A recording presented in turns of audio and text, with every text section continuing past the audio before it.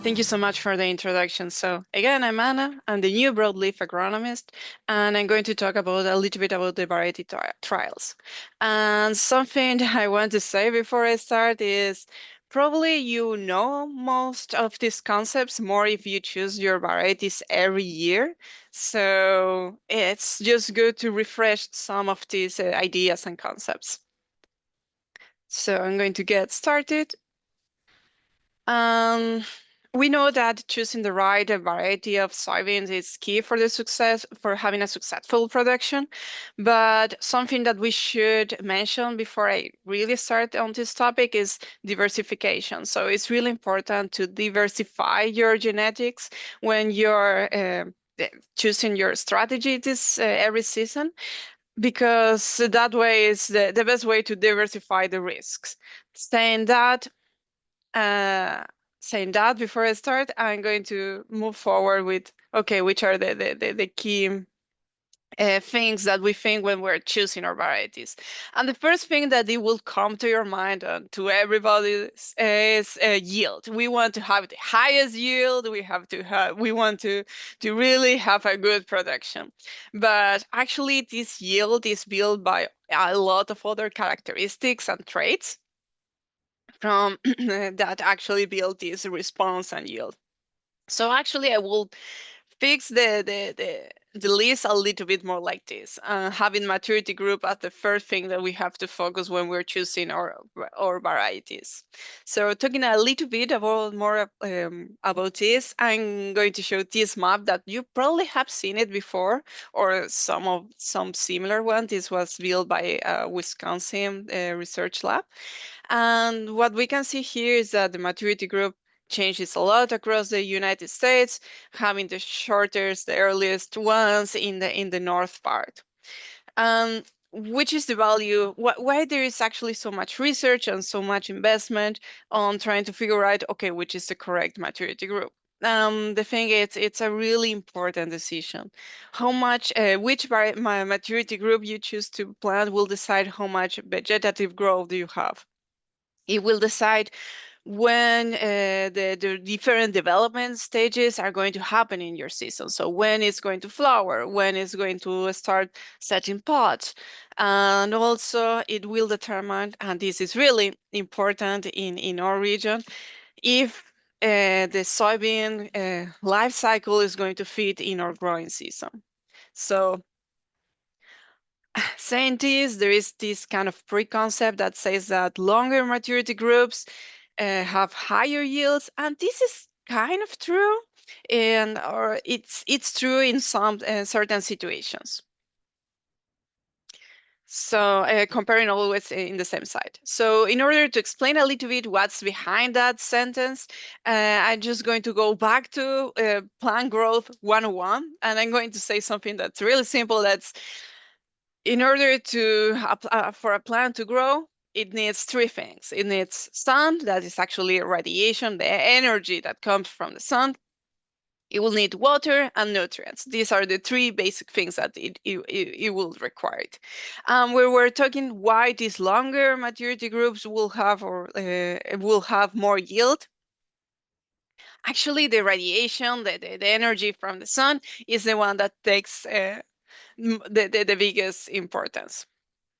And this is really easy to understand if we see a calendar and we think, okay, I want to have a soybean production that goes from the whole in the, that sorry goes in my whole growing season, and then we will start thinking things like, okay, I will be planting close to mid-May, and I will have my maturity close to mid or early October.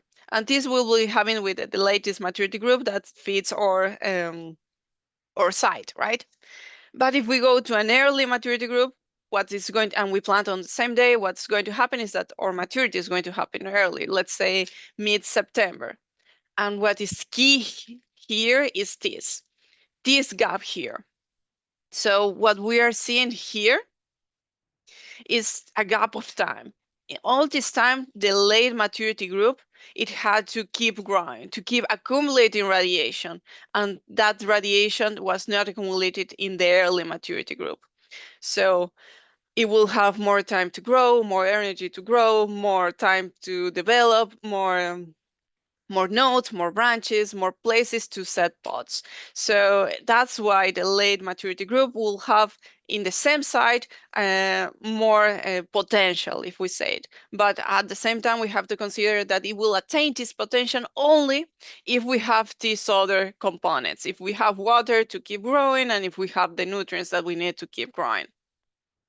Saying that, there is a risk with a late maturity group also, and it's of course the risk of a freeze. So it's something that it's really concerned us.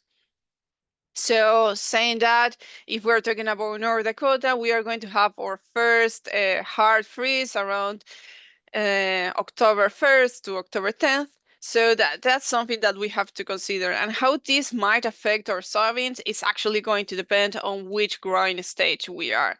So if we are in R5, that means that the pod is fully formed and we have a small seed growing, then we are going to think that we are going to be losing half or even a little bit more of half of our yield. So it's a really big risk. If we move to R6, what we're going to see, R6 is when the seed is still green, but it fills the whole capacity of the pot. And then in this case, we're going to go to 20, 35% of loss. And then when we keep going, this risk of yield reduction keeps reducing. Now I'm going to stop saying these concepts, and we are going to see a little bit of data. And this is an experiment. It's a really nice publication that Hans and Greg pulled together last year, and it gathers information for 4 years in nine experiments. These 9 experiments explore different irrigation conditions or dryland, and it also included 3 different sites: Carrington, Prosper, and Fargo. So they put this amazing, a huge amount of information to try to compare these things. So for one side, they compare late maturity groups, and when I'm saying late, it's from 0.6 to 0.8. And they also compare it to early maturity groups that it will be from 0.0 to 0.2. Also, they include another level of complexity, and they also explore the row spacing. So here the row spacing they compare were 14 inches and 28 inches. And what we can see here is the mean of these different treatments. And the letters above it represents that if there are different letters, it means that there are significant statistical difference. And as we can see here, we have a winner. Then basically what the result of this is telling us is that the late maturity group with a shorter row spacing had significantly higher yield across when we explore all these different conditions. So it's a really nice result. It's a clear result if we see how the plots, the experimental plots look like in that moment. So what is clear here is that the plots that presented the highest yield were the ones that were able to close the canopy earliest. So basically what it was happening here is, again, radiation, the energy from the sun, was able to be captured early in the season. So it was our crop was intercepting more energy for a longer time. Then I'm going to keep forward, move forward with the different elements that I showed in the earlier list. And I'm going to say I'm not going to talk about herbicides, and I'm not going to talk about any weed management. That's why we have Joe Igley in this list of panelists. I'm just going to say that choosing the herbicide traits, it's a really important decision that we made when we are choosing our varieties. It's something that we really have to consider in a really serious way. It's not only that we have to consider. We have to think, okay, which weeds we have, which resistant weeds we have, which are Sorry. So we have to consider which is the management that we want to take during the following season. So it's a really important thing. And something I really want to highlight is that when we're making these strategies, these decisions, it's really important to consider that we should rotate herbicide modes of actions. And that's something we will be, it's really related to this decision that we do when we decide which variety we're going to choose.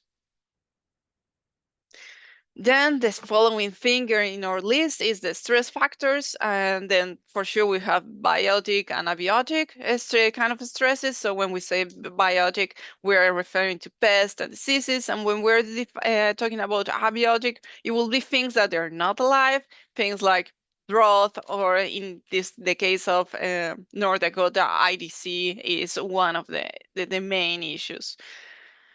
So when we're talking about this, again, I'm not going to go deep in diseases or pests, but something I really want to mention is the importance of you knowing your field, you knowing the history of your field, and knowing what diseases you have in the previous seasons, and which are the real things that are affecting your fields and which areas. Uh, in order to make decisions. So it's really important to know this history to be able to choose a correct variety. And the other thing it's really important is to keep records. It's really important for you to, when you're making these decisions, not to consider what happened last season, but having actually at least a few previous years in order to be able to make good decisions. And then I'm going to talk a little bit more about iron deficiency chlorosis, and I have to thank Grady for that great presentation that it will take a lot of my background in order to explain now.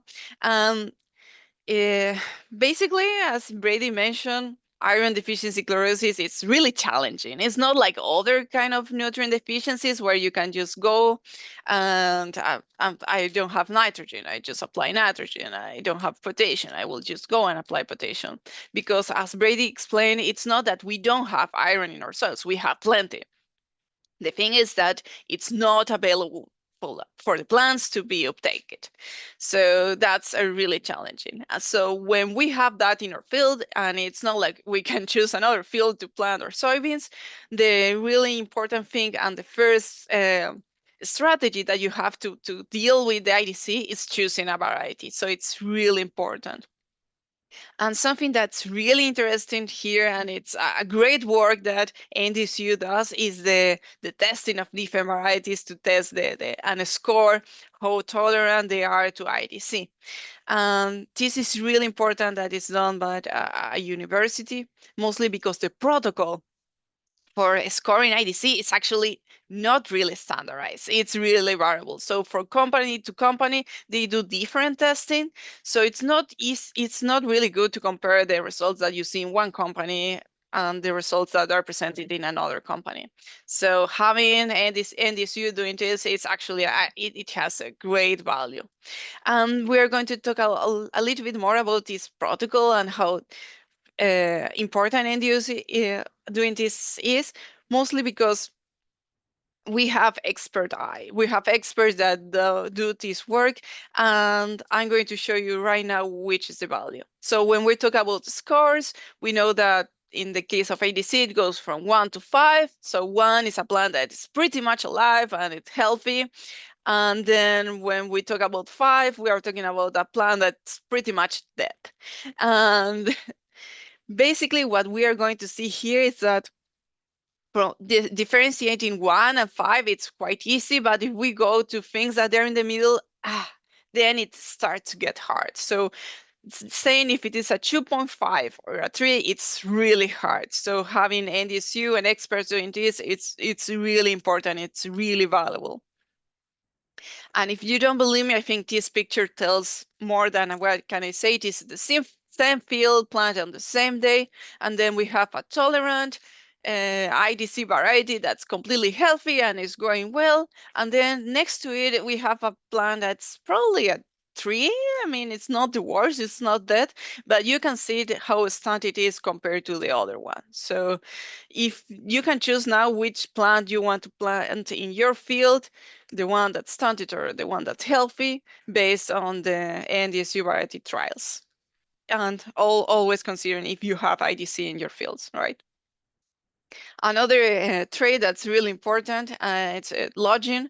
I will say, okay, this is something that happens when the plants are growing well, when you have a good fertility or you have a good, sorry, or you have irrigation or something that's promoting that growth. And also it happens when you have a higher seeding rates.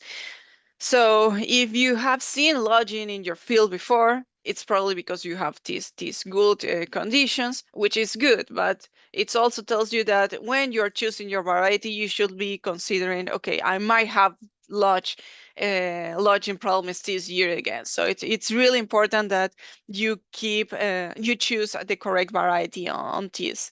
And saying that, NDSU also provides in some of their tables lodging scores, so it's a good thing.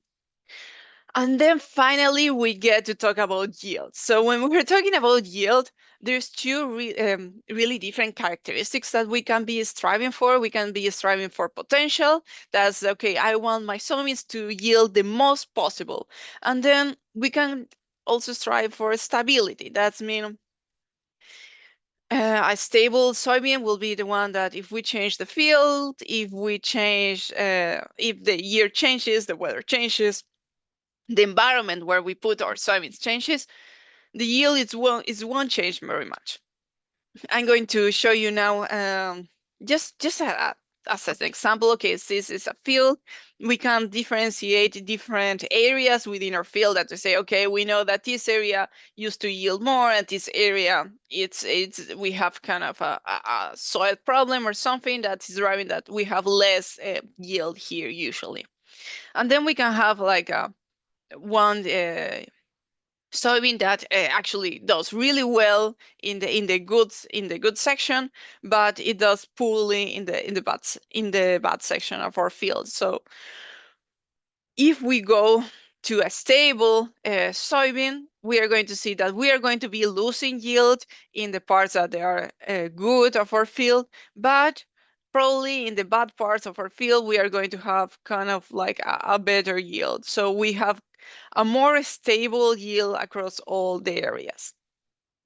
So then it's up to you to choose which is your strategy, which is your idea of what you want to have for your field, and which are the risks that you are that you decide that you want to take. And then for doing this, it's important to know how interpret agronomical data to be able to see this and say, okay, this has more potential, this has more stability.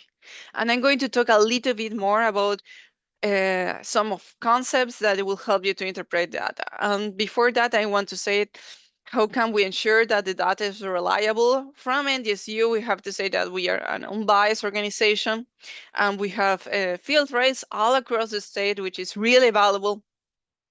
And we we use an adequate experimental design, and this is the key point. So when we're saying adequate experimental designs, there's two things that come to my mind, and one is, okay, we need to have replicates. So imagine that we have here 3 treatments, the 3 colors.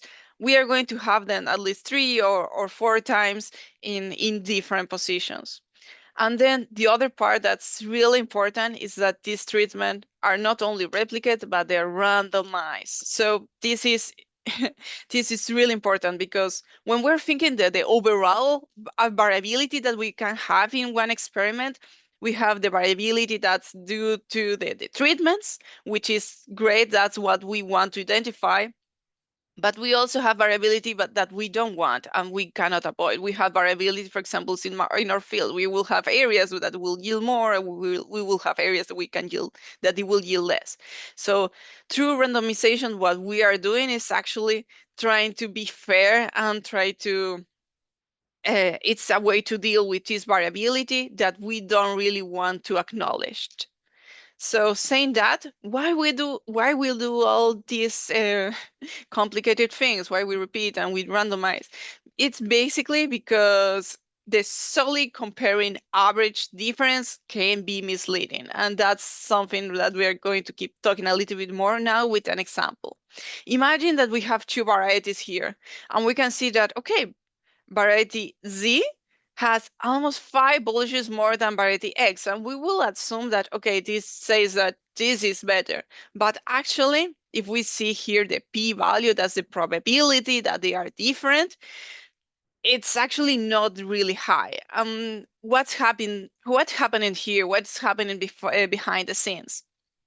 What we can see here is that if we start dissecting the raw data, is that, okay, the repetition 1, if we see it, it's pretty much the same. If we go to repetition 2, pretty much the same. Repetition 3, okay, we're here seeing some differences that they're not really following the pattern of the other repetitions. And if we go repetition 4, they are actually, again, kind of the same.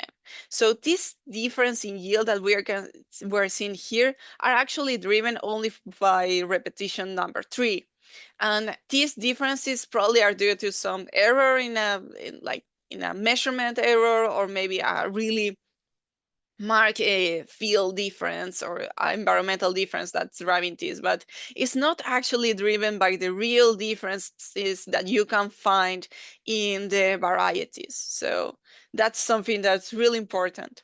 So consider a small but significant yield advantage is more meaningful than a larger but non-significant yield advantage.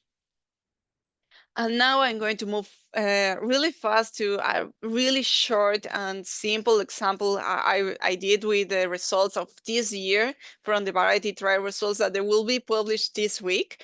And something that I want to say is that this is not a recommendation. This is just a simplification. This is a really simple example that is not intending to promote any companies.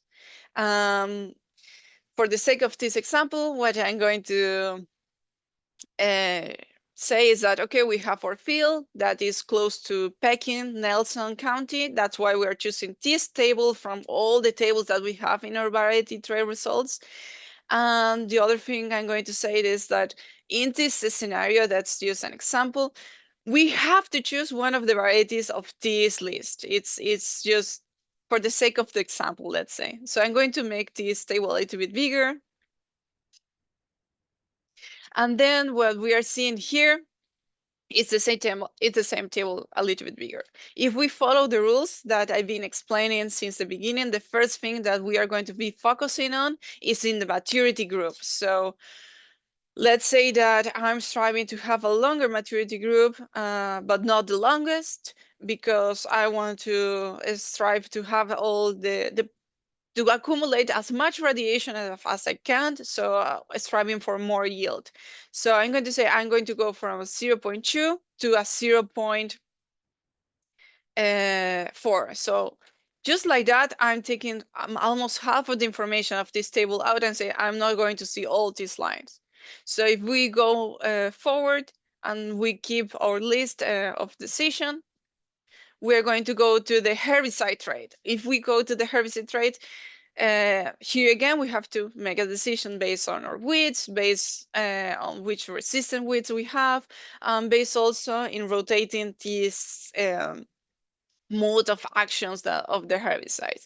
Also, maybe for some political circumstances, I will say, okay, I will just go and I want to choose enlist as the trait of for my variety this year.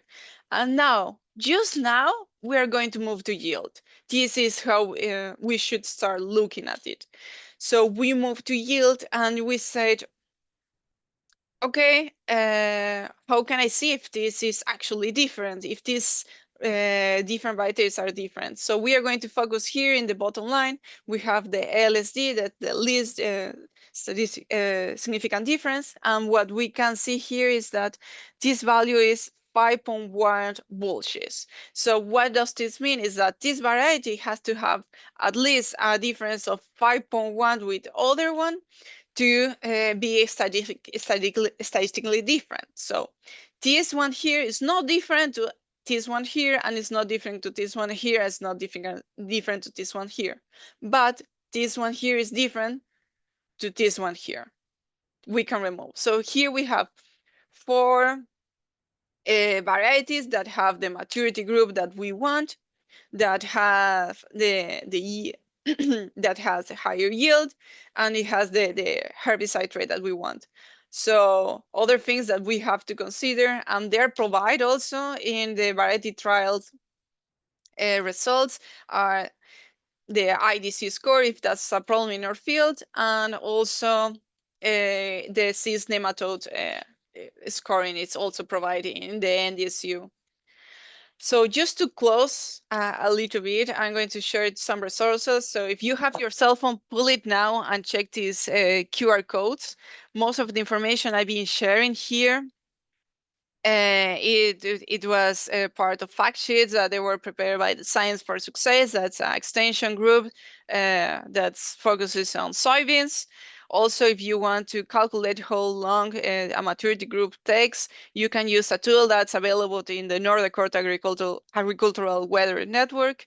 And also, if you want to compare different years or different variety information, you can use the variety trial tool that's available in NDSU. Thank you so much for your attention, and please shoot me an email. This is my LinkedIn page if you want to connect with me also. I look forward hearing from you.